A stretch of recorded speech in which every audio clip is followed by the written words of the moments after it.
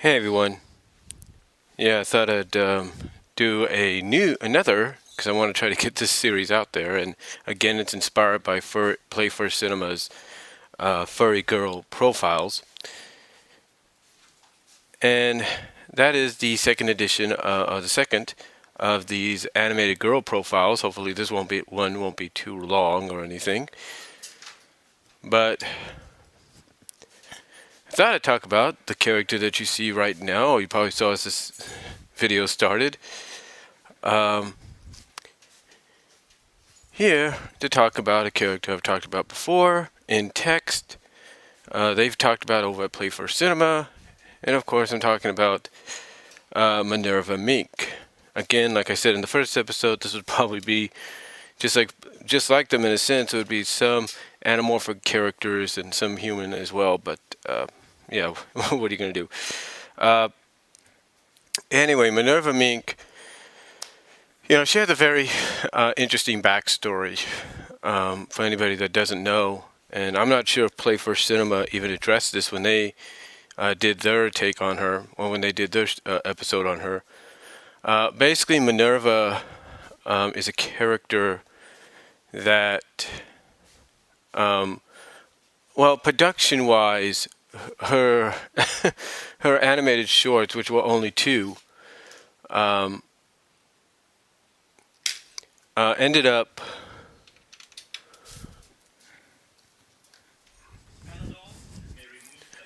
her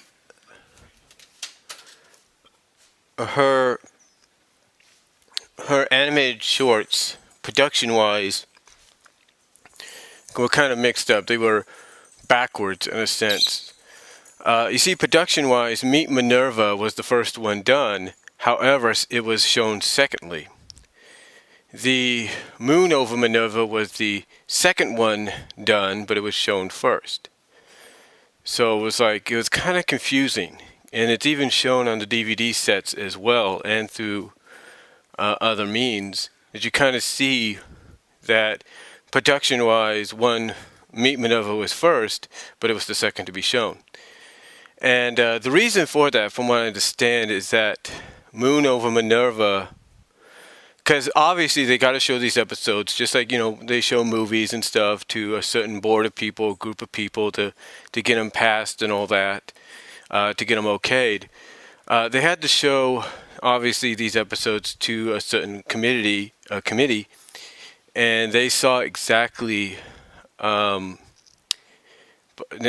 know, obviously they saw something they didn't like, and they ended up they ended up taking it, ended up having basically them re-edit it. And Moon over Minerva wasn't that bad that I think of, but there were certain things in Meet Minerva, I guess, that were a little controversial. Some kind of slipped through. They didn't know, but some kind of slipped through, and well, basically this caused, I guess, the production to kind of go, you know, kind of not the production, but the release of the episodes to kind of change to the point that Moon over Minerva was released in October, and I remember this specifically, October of 1993. I think, yeah, October of 1993. I remember that specifically. It was released around that time. And again, one of the reasons being production, the other being the fact that I think it was a Halloween-themed like episode or mini short or animated short. So they ended up releasing it, like I said, around I think the week before October or something like that, or the week before Halloween, I should say. They ended up releasing Moon over Minerva instead of Meet Minerva, because like I said, I think there was a Halloween vibe to it, of course, with its story and stuff. So that's basically trivia-wise. That's how Meet Minerva was shown second, and Moon over Minerva was shown first, even though production-wise, one was done before the other.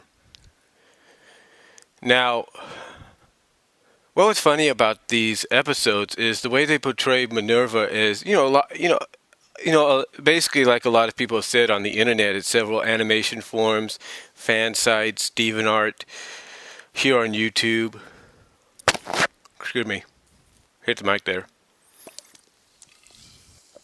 But like I said, on YouTube and stuff, the way they portrayed Minerva is basically as self-centered, kind of a little bit of an egotist, if you will, a little, kind of basically self-centered, a bit of an egotist, vain at times, kind of a gold-digging like character that deep down had a heart of gold. Let's not deny, she had a heart of gold because, she basically would see the good in characters, like, even if it's like towards the end, she would kind of see the good in them, even if they, even though that good in them would come at the expense of finally doing something that she'd been wanting or she wouldn't have expected and stuff. So, but yeah, she ends up. She ends up basically having a heart of. She does basically, like I say, have a heart of gold in a sense, and like I said, it's shown towards the end of those two episodes or those two shorts of hers. Now, the reason she never had any more. The reason she never had any more animated shorts, excuse me, was due to how controversial her character was.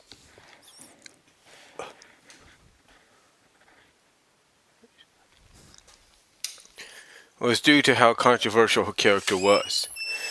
You see, like I said, Meet Minerva probably had some things that they had to edit out a little bit and clean up and fix, and even though they tried their best, some other things got stuck in there and kind of slipped through the radar. So what happened was, because of these two shows, these two episodes, or these two animated shorts, being controversial in the way they were, Minerva was never given any more animated shorts. I'm sure there were others planned for her to have, but because of the fact that these were very controversial in a sense, did not help. So, but the thing about both shorts, both animated shorts, was the first one, Moon Over Minerva, which again was the second produced. Basically, she's being courted by this nerdy wolf called Wilford, who, she teases at first and then kind of reveals that, hey, she'd rather, suck gas, or she'd rather, suck poison or whatever, and then be around with him, or then hang out with him, or go out with him. That is until she finds out the truth about him. You see, Wilford has a little secret, and that secret is he's a werewolf. And when she sees this side of him, at first she doesn't put two and two together. It's kind of very similar to how some people say, it's obvious, said character is this character, but yet the other characters are not putting, two and two together to notice that. They're not, putting two and two together. They're not doing that. So,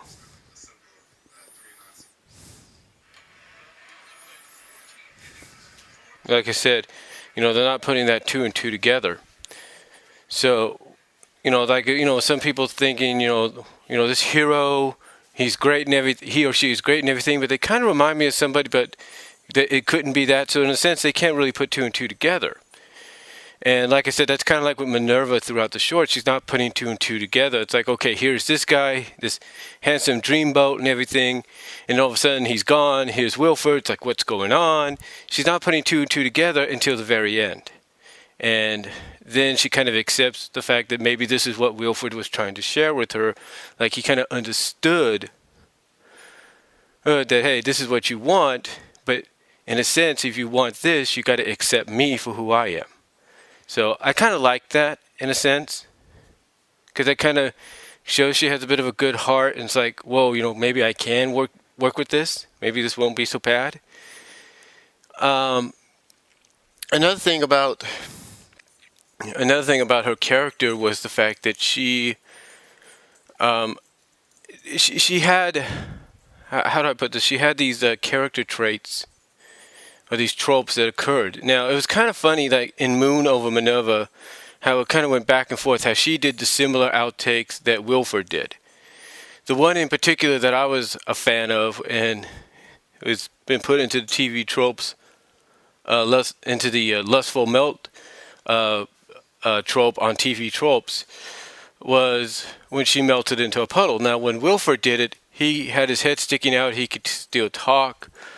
When she did it, she just completely melted, in a sense. And it's kind of like I mentioned before, a fan who's portraying Minerva on Facebook kind of mentioned it was kind of like taking a nap. In other words, as I've talked about before, it would be like if Wilford, werewolf or not, decided to walk off, go see a movie for the next 2 hours, get something to eat, and walk back. Minerva would still be lying on the ground as a melted puddle. And she'd still be lying there as a melted puddle. So the only way he was able to reform her was pick her up and wring her out like a wet towel. The second time she did any zany wild outtakes was in Meet Minerva. And her zany wild outtakes there, were very similar to Newt's. You see, Newt basically is a hunting dog, and he was ordered by his master to go get a mink pelt, get the pelt of a mink. So, of course, he encounters Minerva. He falls for her. She teases and plays with him, kind of messes around with him. He goes through a lot of reactions and all that wacky, zany reactions. And then at the end, she ends up doing some of the similar ones as well. Because she ends up meeting her best friend's cousin, who at first she's like, I'll do it, but I'm not going to like it, until she lays eyes on her best friend's cousin. Only then does she go into her wild, wacky antics, and she basically accepts this guy for who he is, likes it, and then she ends up again doing the lustful melt gag. Well, when she runs into his arms and literally melts through them, but she melts in half. It's like instead of just going straight down, she literally melts in half. It's like one half goes this way, the bottom half goes this way, the upper half goes the other way. So, yeah, long story short, but she does reform herself into a boat horn and all that, but long story short, just because these two shorts were as controversial and risque as they seemed, Minerva never had any more shorts. She did have a more prominent appearance, prominent role and appearance in Animaniacs comic books. Because in comics, you can do a little bit more than you can with animation. A little bit more freelanced. And like I said, she had more of a prolific roles also in several issues. And yeah, she kind of did the lustful melt gag a little bit in one of the issues where she's shopping at a mall and she sees one of the store clerks or cashiers getting ready to shut the store down, and she just goes crazy and she melts down, and all you see is her head sticking out.